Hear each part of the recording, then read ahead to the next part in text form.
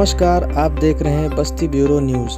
ग्राम पचम्भा block Kaiserganj Bahraich की निवासी कौसरी बेगम व नसीम खां द्वारा आरोप लगाया गया प्रशासन इनका सहयोग नहीं कर रहा है, जिससे दुखी होकर मुख्यमंत्री योगी का दरवाजा खटखटाया है। कौसरी बेगम व नसीम खां ने कहा, मेरी जांच सीबीआई से कराई जाए। दबंगों के परिवार ने जिस प्रकार कौसरी बेगम के पूरे परिवार को लूटा है, उसका हिसाब अब योगी करेंगे। मेरा नाम नसीम अहमद खान है और आप कहाँ के रहने वाले? मौजा पचम्भा, ग्राम शामपुर, तहसील कैसरगंज, जिला बहराइच। हाँ, आपके पिताजी का क्या नाम है? हमारे बाप का नाम है शब्बीर खान, दादा का नाम है नसीरे खान, परदादा का नाम है नजरू खां, परदादा के बाप का नाम है मेहंदी हसन खां। तो क्या समस्या है आपकी, क्या परेशानी है वो बताइए आप। समस्या ये है हमारी कि सबसे पहले हमारे परदादा की ज़मीन जो है, जो घर की ज़मीन थी, वो दूसरों ने कब्जा कर लिया।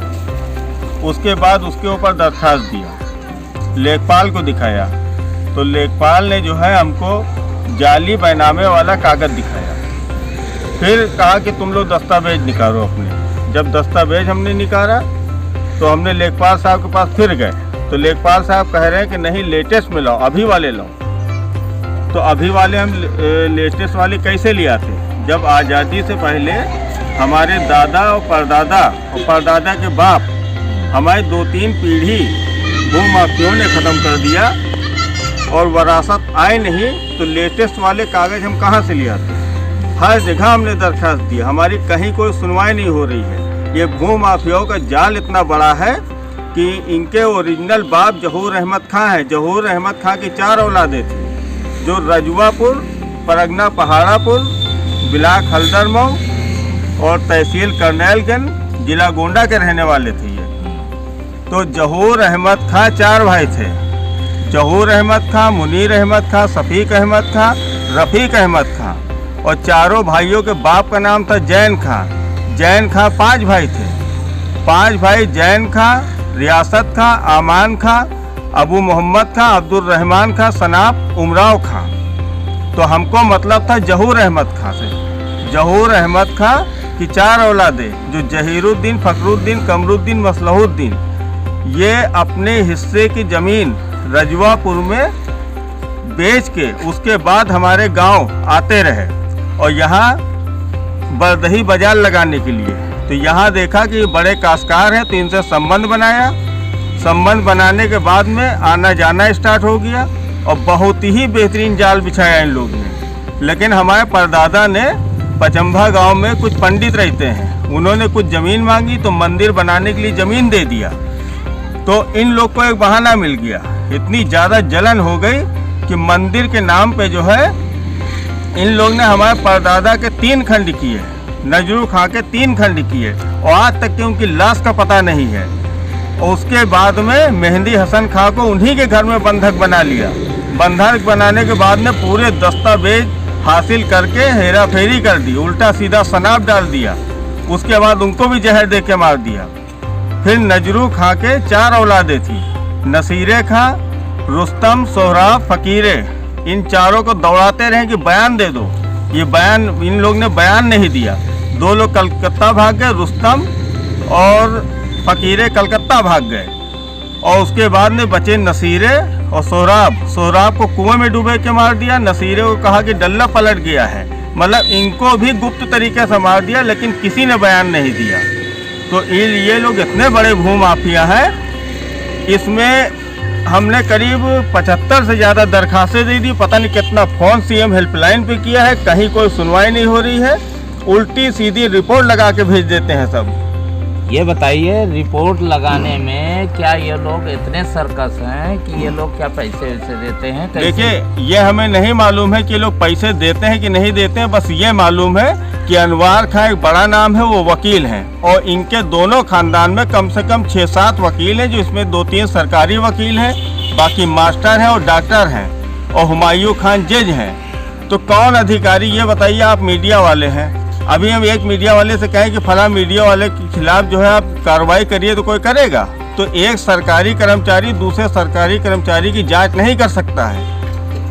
तो ये लोग इतने बड़े मतलब दबंग हैं, भूमाफिया हैं। इन लोग ने बहुत बड़ा जाल बिछाया और एक बिस्वे तक के ज़मीन हम लोग के लिए नहीं छोड़ी, हम लोग का नामो निशान ख़त्म कर दिया।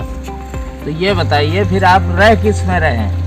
रह किस में रहे भाई? हमारे बाप जो है छोटे छोटे थे, बिल्कुल नाबालिग, तरस खा के छोड़ दिया था। तो बस वही जितनी जगह बची थी वह उसी में गुजर बसर कर रहे हैं। कितनी जगह बची? अरे बहुत होगा, 2-3 बिस्वा होगा, उसी में घर बना है, उसी में रह रहे हैं। उसी में रह रहे हैं। और बताइए। और हम क्या बताएं? बताइए, दर बदर के ठोकर खा रहे हैं। अम्मा हमारी करीब 1 साल से ऊपर से दौड़ रही हैं और हर जगह इनको पागल घोषित किया जा रहा है।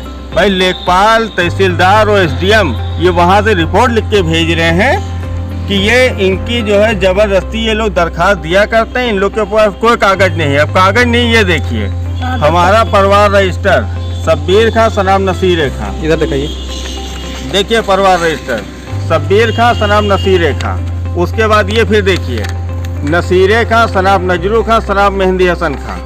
आप ये, और उसके बाद फिर ये देखिए, ये हमारा खाता देखिए, खितौनी 1343 फसली का। और उसके बाद घाटा संख्या देख लीजिए, एक एक चीज़ आप देखिए, ये देखिए।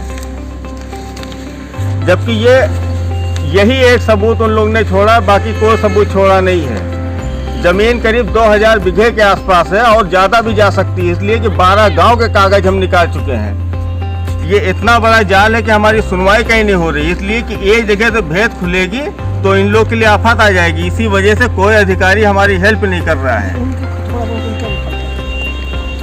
अब इन लोग ने हेरा फेरी ये किया है, ये देखिए यहाँ पे नजरू खां के सनाब जहूर खां लगा दिया है, जबकि नजरू खां सनाब मेहंदी हसन खां होना चाहिए।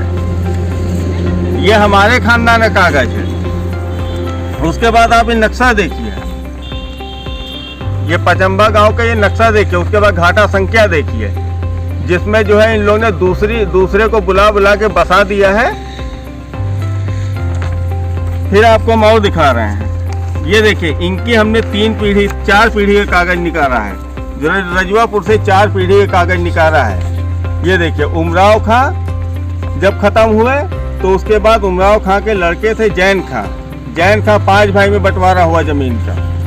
उसके बाद में जैन खां से आए जहूर खां में 4 जगह जमीन बटी है। फिर जहीर खां के बाद में आए हैं जहीरुद्दीन, फखरुद्दीन, मसलहुद्दीन, कमरुद्दीन। इन लोग के नाम जमीन है तो बेच के आ गए हमारे वहाँ। और उसके बाद में यहाँ मार के हमारे परदादा के बाप की वल्दियत लेके यहीं बैठ गए। बिल्कुल करीब 6 पीढ़ी का नाम हम आपको जबान पे ले रहे हैं।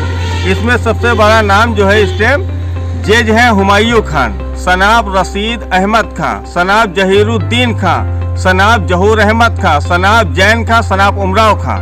और दूसरी पार्टी यह है कि इमरान खान जो वकील हैं, उनके बाप अनवार खां वो भी वकील हैं। फिर अनवार खां के बाप हैं इफ्तिखार खां के बाप हैं निसार खां के बाप हैं उमराव खां। ये इन लोग का नाम ले रहे हैं। और हमारा जो है पूरा सिदरा देख लीजिए, समीम खां जो हमारे बड़े भाई हैं, शब्बीर खां, नसीरे खां, नजरू खां, मेहंदी हसन खां। हम पूरे प्रूफ के साथ में पूरे हमारे पास दस्तावेज बहुत मजबूत हैं। हमने अधिकारियों को पूरा टाइम दिया कि कम से कम ईमानदारी से जांच करें, लेकिन जांच हमारी हो नहीं रही है। ये बताइए कि आपने जो है मुख्यमंत्री या प्रधानमंत्री तक मिलने, देखिए मुख्यमंत्री से मिलने की एक बार दरखास्त लिखाई, दबंगों ने यहाँ से लिखवा के भिजवा दिया कि इनका मामला न्यायालय में चल रहा है। मतलब ये पूरी तरीके से जाल बिछाया है कि मुख्यमंत्री तक के बात न पहुँचे। इसलिए हमारा मुख्यमंत्री गरीबों का हितैषी है और गरीबों का हमदर्द है। ये चाह रहे हैं कि मुख्यमंत्री तक के बात न पहुँचे। इसीलिए एक बार अम्मा को बुलाया कि 50-50 कर लो, ज़मीन में कंप्रोमाइज़ कर लो। 50-50 कैसे कर ले? मंदिर के नाम पे हमारे परदादा को कत्ल किया है, परदादा के बाप को मारा है, हमारे 2-3 पीढ़ी ख़त्म कर दिया है। हमको ज़मीन से मतलब नहीं है, मंदिर के नाम पे मारा है इन लोगों ने। एक बार सही ढंग से योगी जी तक के मेरी बात पहुँचाइए कि एक बार सही ढंग से इसकी जाँच करा लें। उसके बाद में उनको खुद पता चल जाएगा कि इतने बड़े भू माफिया जो छुपे रहे हैं, एक एक राज खुलेंगे। ये खाली हमारे दादा परदादा की कहानी नहीं है, वहाँ 400-500 पंडित वो भी खून के आंसू रो रहे हैं। ये इतने बड़े जालसाज, इतने बड़े दबंग हैं और राजनीतिक दबंग हैं कि हर जगह से ये हर जगह पर अपना आदमी बैठा ले हैं। कचहरी से लेके बहराइच तक, बहराइच माल कचहरी, दीवानी कचहरी तक के आदमी बैठे हैं, गोंडा में आदमी बैठे हैं, वहाँ हाईकोर्ट तक के आदमी इनके बैठ कि कोई कहीं भी जाएगा तो फौरन जो है ये अपना पैतरा आजमाते हैं कि इनकी रोक लगाई जाए, ये आगे नहीं बढ़ने देते हैं। तो अब आप आगे क्या करने वाले हैं? बस खाली हमारी आखिरी यही वो है कि योगी तक के मेरी बात पहुंची है, इसलिए योगी हमारा सबसे बेस्ट मुख्यमंत्री है, सबसे दबंग मुख्यमंत्री है, वहाँ तक के मेरी बात पहुंचाई जाए ताकि मेरी कार्रवाई ईमानदारी से हो सके। किस कोर्ट के जज हैं बस ये मालूम है कि जज हैं, इसीलिए सही ढंग से कोई जांच नहीं हो पा रही है। और जज को खुद मालूम है कि उनके बाप और दादा ने गलत किया है, लेकिन वो अपने बाप और दादा को खुद ही नहीं समझ पा रहे हैं। मुलाकात हुई आपकी? हो जाएगी मुलाकात, टाइम लिया है। गुजरात में इलेक्शन चल रहा है, इलेक्शन जब खत्म हो जाएगा मेरी मुलाकात हो जाएगी। मेरी बात वो सुन चुके हैं और मेरी FIR भी पढ़ चुके हैं। ये दबंगों ने जो मेरे लड़के को कह दिया कि वहाँ फेंक देंगे, नदी में फेंक देंगे और अहिरों से तुमको बंधवा के मरवाते, सारी बोल बचन हमने भेज दी। वो टेप आपने कर लिया था? हाँ, सब हम टैप करके वहाँ भेज दी फौरन। मेरा आदमी वहाँ जाके सुना दिया, सब सुन चुके हैं। इलेक्शन की वजह से वो मतलब अभी नहीं टाइम लिया है कि। तो इस दबंग परिवार के लिए आप क्या कहना चाहेंगे मुख्यमंत्री से?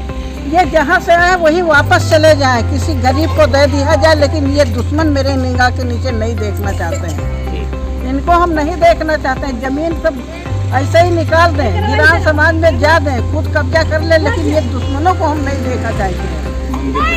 ये मंदिर के नाम पे जो कत्ल किया और उसमें यही बात थोड़ी है, बहुत ऐसी बात है जो हमने छुपाए हैं। बाबा जी से बताएंगे तब जान पाएंगे कि क्या कहे, ये क्या कह रही है। वहीं से इनकी इंक्वायरी जारी हो जाएगी जो इन लोगों ने छुपाए और हम रखे हैं अंदर। हम बताते नहीं हैं, अभी हम बताएंगे बाबा जी से।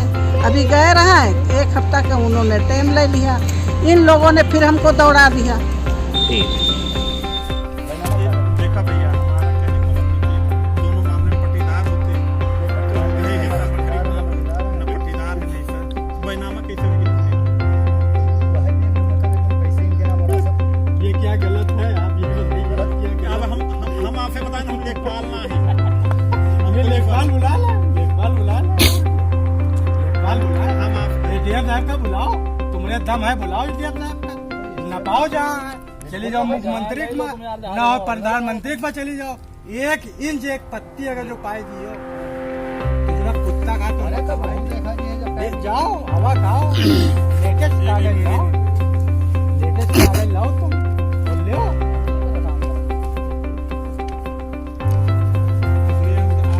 100 नंबर न बुलाए हो तो ऐसे चले आए हो तो बनवाए देते।